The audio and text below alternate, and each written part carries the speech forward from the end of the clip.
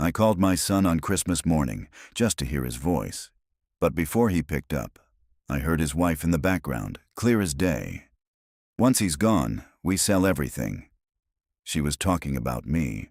Not like a father, not even like a person, just a problem that would soon disappear. My hand froze on the phone, and in that moment, I understood something I couldn't unhear. In my own son's house, I was already gone. I stayed sitting at the edge of the guest bed in their house in Cedar Falls, Iowa, with the phone pressed to my ear and my heart beating so hard it made my jaw ache.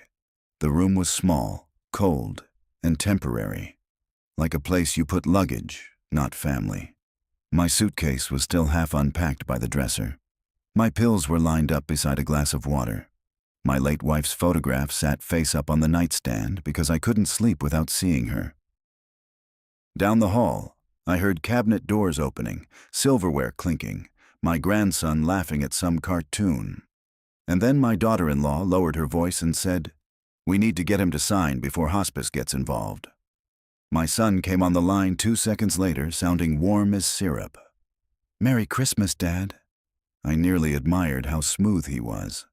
"Merry Christmas," I said, and my own voice sounded old to me. Older than 73. Older than the man who built a machine shop with his bare hands in Des Moines and kept it alive through layoffs, recessions, and one winter when the pipes froze solid. "You okay?" he asked. I looked around that little room they'd given me after insisting I shouldn't be alone since my fall in November. After telling me family takes care of family. After persuading me to put my house on the market because stairs were dangerous and assisted living was a waste of money when I could stay with them. "I'm fine," I said. That was the first lie. The second came at breakfast. Amanda kissed my cheek like nothing had happened. My son Michael poured coffee and talked about church. Then he slid a folder onto the table between the cinnamon rolls and the fruit tray. "Dad, while we're all together," he said, not meeting my eyes, "there are just a few documents we should organize. Power of attorney, estate stuff, nothing urgent." Amanda kept buttering her toast. It's better to do these things while people are still clear-headed. Still clear-headed? I felt my grandson's little hand pat my shoulder. "Grandpa, are you dying?" Nobody corrected him. Nobody even looked ashamed. I set my coffee down very carefully so my hand wouldn't shake. Michael finally looked at me then, and what I saw in his face wasn't grief or fear. It was impatience, like I was taking too long to become convenient. I opened the folder. The top page wasn't estate planning. It was a listing agreement for my house, already filled out, already dated, and signed with a name that looked enough like mine to scare me. I stared at that signature until the letters started to blur together. It had the right shape, the same looping H, the same slant I'd used for 40 years signing checks and contracts, but I knew I hadn't written it. I looked up slowly. "What is this?" Michael didn't answer right away. He reached for his coffee like this was just another morning. "It's just paperwork, Dad. We talked about selling the house." "No," I said, steady as I could manage. "We talked about maybe selling it someday." Amanda finally looked at me then, and there was no softness in her eyes. "You can't live there anymore. You fell once already. Next time, no one finds you." "That doesn't give you the right to sign my name." Michael sighed, like I was being difficult. "Nobody's trying to take anything from you." I pushed the paper toward him. "Then explain that." For a second, neither of them spoke. The only sound in the room was the cartoon still playing in the living room and the faint hum of the refrigerator. Then Amanda wiped her hands with a napkin and leaned back in her chair. "You told us you trusted us," she said. "That's not trust," I snapped. "That's fraud." My grandson had gone quiet. I could feel him watching me, trying to understand why the room had turned so cold. Michael leaned forward, lowering his voice. "Dad, listen. We're trying to help you. The house is just sitting there. Taxes, maintenance. It's draining money you don't have." "I do have it," I said. "That house is paid off." Amanda gave a short, sharp laugh. "Not for long if you end up in a facility." There it was again, that word they kept circling like vultures. Facility. I felt something shift inside me then. Not anger exactly. Something heavier. A kind of quiet awareness that I wasn't sitting at a breakfast table with family anymore. I was sitting across from two people who had already made decisions about my life, and were just waiting for me to cooperate. "I'm not signing anything," I said. Michael's jaw tightened. "You don't have to make this harder than it needs to be." "I'm not signing," I repeated. Amanda leaned forward this time, her voice low enough that my grandson couldn't hear. "Then we'll have to go another route." I met her eyes. "What does that mean?" She held my gaze for a long second, then smiled. Not warm, not kind, just certain. "It means," she said softly, "you shouldn't assume you're the one in control anymore." Michael didn't stop her, didn't even flinch. And right then, sitting in my own son's kitchen, I realized something worse than what I'd heard on the phone. They weren't waiting for me to die. They were already planning how to move on, with or without my permission. And I had no idea how far they were willing to go. I didn't touch the rest of my breakfast. I folded the paper once, twice, and set it back in the folder like it might bite me if I held it too long.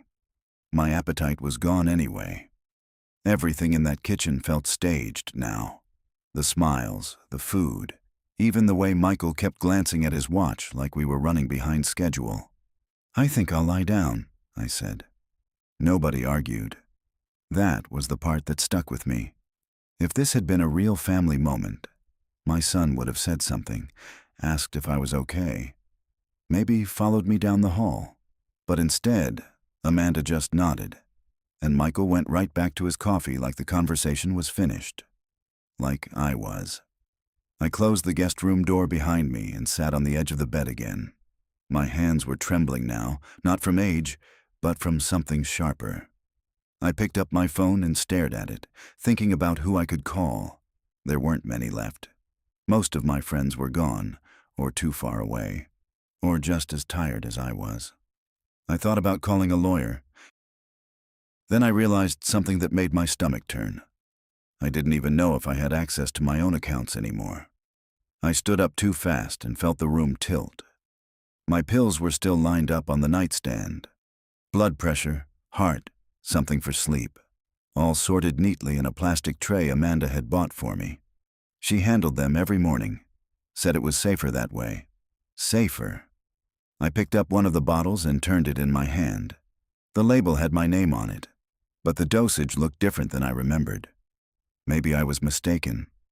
Maybe not. At my age, people expect confusion. They count on it. A soft knock came at the door. Before I could answer, it opened. Amanda stepped in, smiling that same careful smile. "You forgot your morning meds." "I was just about to take them," I said. She walked over anyway, her heels quiet against the carpet. "It's better if I watch. Doctor's orders." I didn't remember any doctor saying that. She held out a small paper cup with the pills already inside.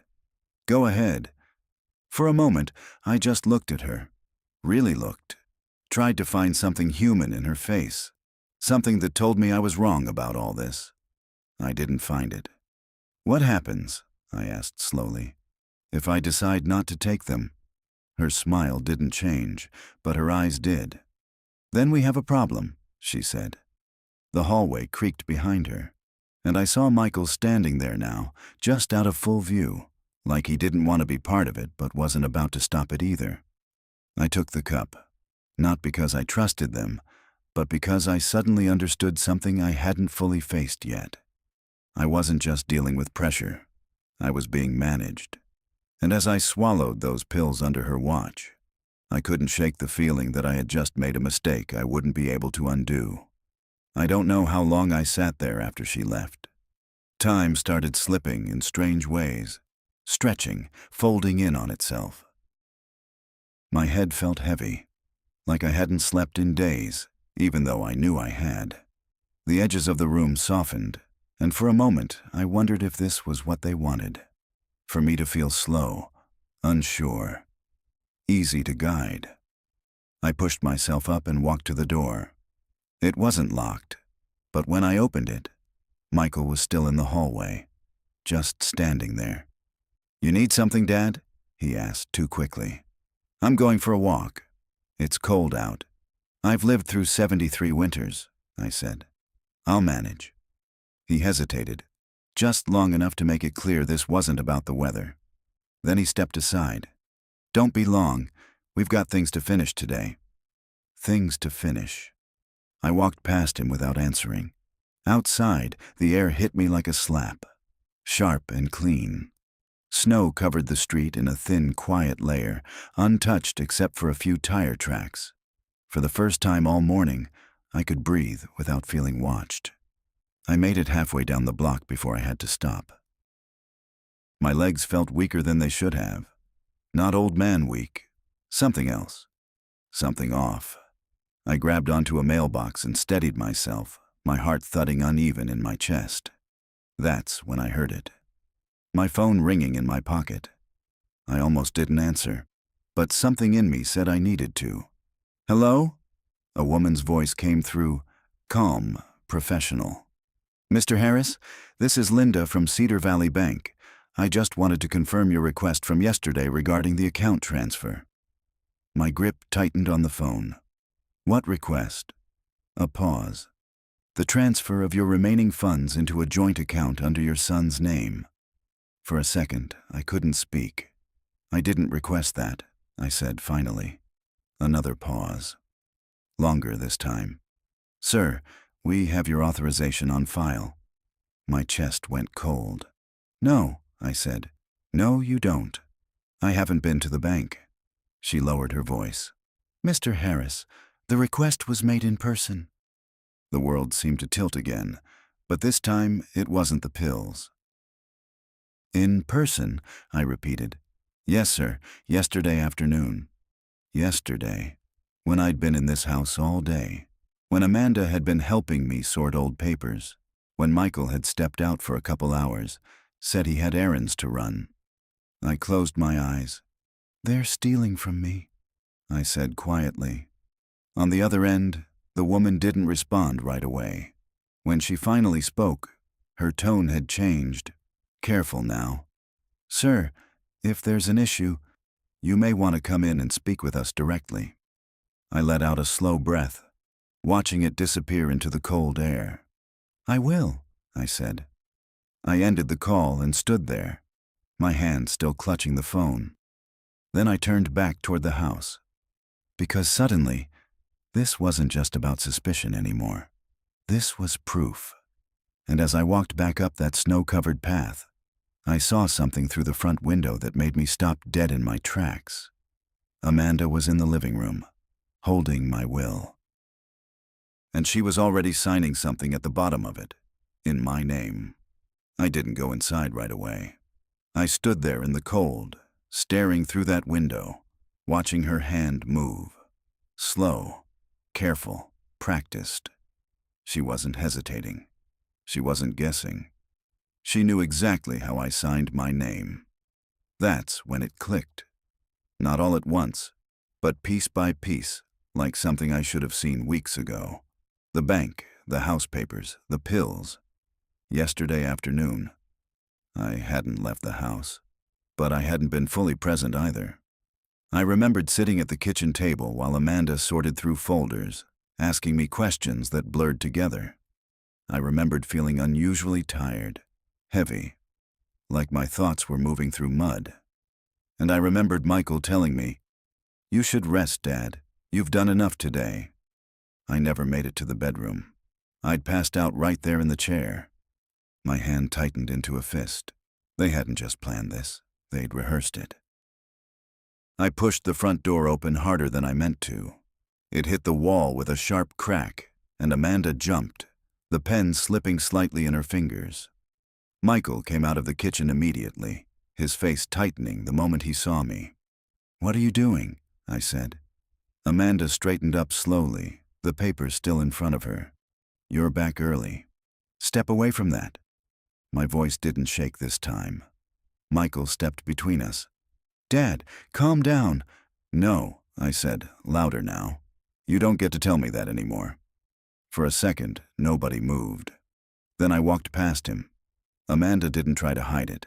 She didn't cover the paper or make excuses. She just set the pen down and looked at me like this was overdue. You were supposed to be resting, she said. You drugged me, I replied. Michael exhaled sharply. That's not what happened.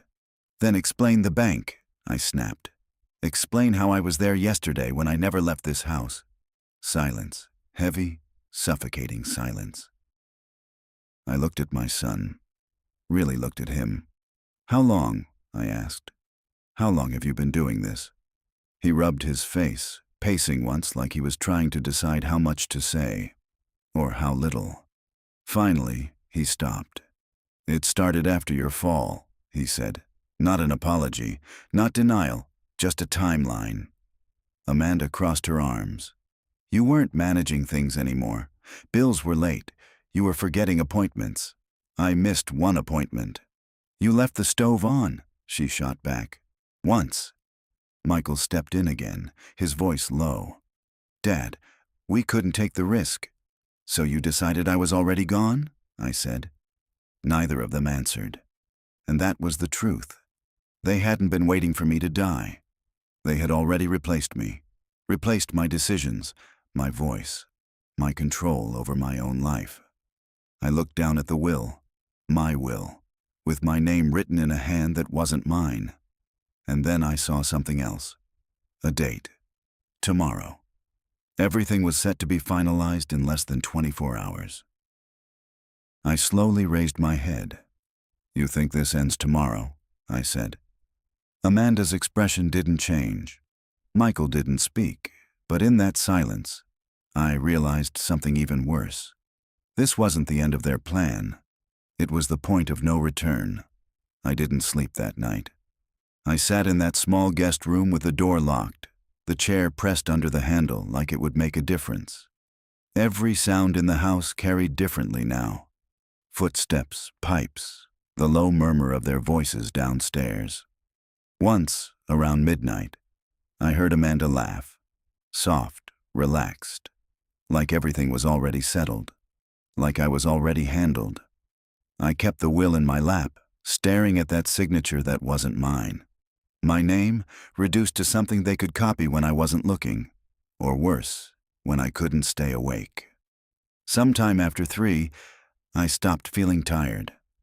Not because I'd rested, but because something inside me had gone still. Clear. I got up before sunrise. The house was quiet. No coffee brewing. No television. Just that early gray light coming through the windows. I didn't bother with breakfast. Didn't take the pills laid out for me. I walked straight to the front door. Where are you going? Michael's voice stopped me. He was standing at the bottom of the stairs, already dressed, watching. I turned slowly. Out. You can't just leave, he said. Watch me. Amanda stepped into view behind him, arms folded. We have an appointment today. I know. Neither of them moved. I reached for the doorknob. Michael took a step forward. Dad, if you walk out that door, you're making a mistake. I looked at him, at the boy I'd raised, the man I no longer recognized. No, I said quietly. The mistake was trusting you. For a moment, I thought he might try to stop me. He didn't, but Amanda spoke, and her voice. It was colder than anything I'd heard yet. You really think anyone's going to believe you? She said. You're confused. You've been declining for months. I felt my hand tighten on the doorknob. You've got missed medications, documented falls, memory issues, she continued, calm as ever. We've already talked to people, doctors, advisors. Michael didn't interrupt her, didn't deny it. You walk out, she said softly, and it won't be your house you're going back to. Something in my chest shifted. Not fear, something heavier, final. I opened the door anyway. The cold air rushed in, sharp and real. And just as I stepped outside, I heard Michael say something behind me. Not loud, not angry, just quiet enough that it almost sounded like regret. "Dad, it's already done.